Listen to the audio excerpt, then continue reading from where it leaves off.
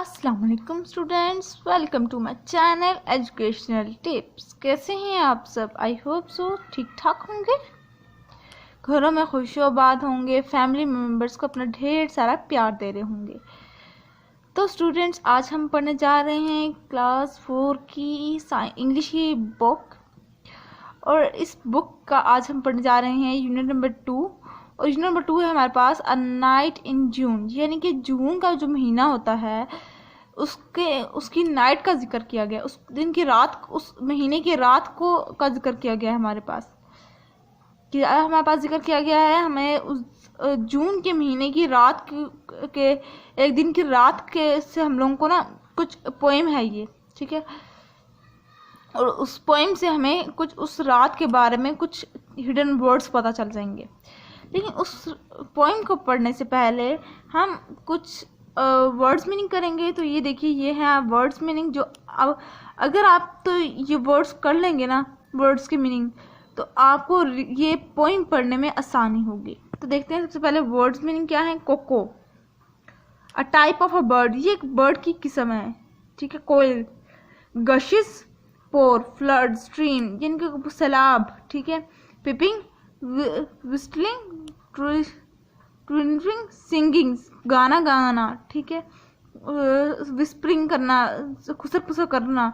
Sovereign, so superior, like that of the ruler, यानी कि बहुत बड़ा होना, जिस तरह के हमारा खुदा है, अल्लाह ताला है, सुपीरियर, ठीक है। सोवरेनिटी ऑफ द अल्लाह, ठीक है। Thrust, a type of a bird, ये भी एक बर्ड की टाइप है। थ्रश क्या है? एक बर्ड की टाइप है। फिर है येट, यानी कि स्टिल, अभी तक, इवन नाउ, अभी भी, ठीक है।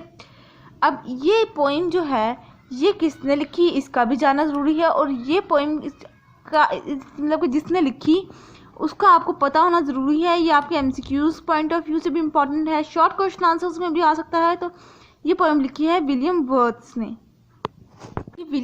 अब ये विलियम वर्थ कौन थे, ठीक है। अब विलियम वर्थ, ये देखिए अबाउट अ पोएट, ये यहाँ पे लिखा हुआ है। अब विलियम वर्थ, ये इनकी डेट ऑफ बर्थ है 1770 और 1818 की डेट ऑफ डेथ है। ये भी आप याद कर लीजिएगा, अक्सर MCQs में आ जाता होता है, ठीक है। Was encourage to read and memorise classic poetry for a young age. अब ये इन्होंने काफ़ी ज़्यादा पोइट्री लिखी किसके ऊपर? यंग एज के में, ठीक है। He began to write his own poem when he was a still child. अब वो अपनी तरफ से भी पोएम्स लिखते रहते थे जब वो छोटे चाइल्ड थे, बच्चे थे। His poem become popular in his life time and he was a poet literate for a last 7 year of his life, यानी कि जब उनकी ज़िंदगी के आखिरी 7 साल रह गए थे तो वो एक बहुत बड़े पोइट बन गए थे, और इनकी लाइफ में ही इनकी पोइट पॉपुलर हो गई थी, इनकी पोइट्री पॉपुलर हो गई थी, मशहूर होना शुरू हो गई थी।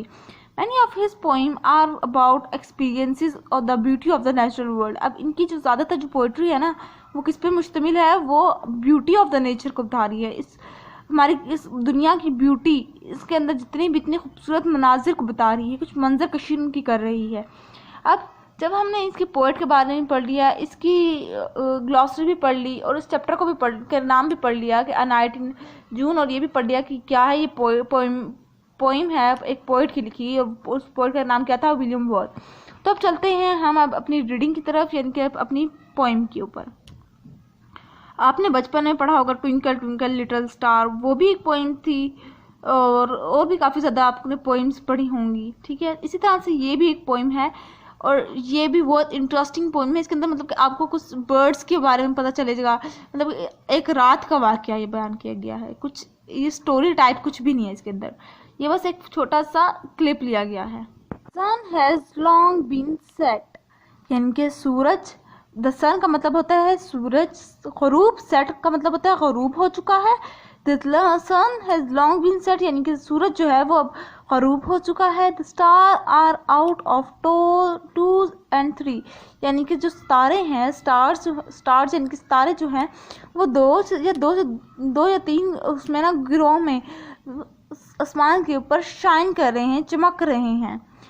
The little birds are piping yet, यानी कि छोटे छोटे जो बच्चे हैं बर्ड्स के, वो अभी भी उनकी आवाज़ें आ रही हैं। Among the bushes and the trees, bushes का मतलब होता है भाड़, झाड़ियों के पीछे, और ट्रीज यानी कि दरख्त।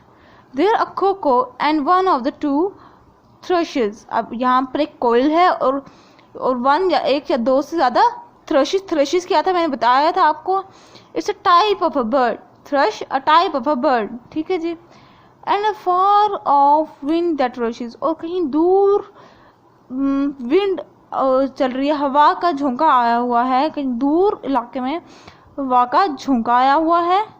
साउंड ऑफ वाटर दैट गशेस, अब वो वाटर की साउंड, अगर आप किसी वैली पे गए हों, ठीक है, वहाँ पर आपने देखा होगा कि जब वहाँ पे अव्वल तो क्राउड ही बहुत ज़्यादा होता है, लोगों का अपना शोर ज़्यादा होता है इतना, लेकिन साथ साथ पानी का भी शोर होता है, ठीक है। तो वो क्या कह रहे हैं कि साथ ही साथ पानी का भी इतना शोर आ रहा है। And a cuckoo sovereign cry, cuckoo यानी कि कोयल रो रही है। Fills all the hollow on the sky, और इस तरह से पूरे स्काई पे इस तरह की हॉलो हुई है, ठीक है जी। ये थी पोइम। ये देखिए, ये bird, it's a tree, it's a बाड़ यानी कि झाड़, आप इसको जो भी कहते हैं, ठीक है।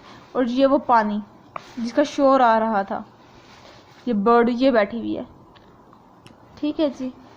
और ये देखिए चांद निकला हुआ है, सितारे, ये रहे सितारे।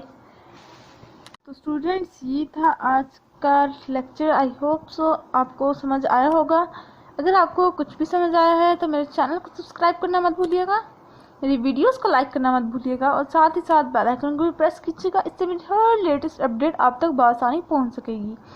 तो जी, अब मुझे दीजिए इजाज़त। दुआ में याद रखिएगा, घर वालों को प्यार दीजिएगा, बहन भाइयों का ख्याल रखिएगा। अल्लाह हाफिज़।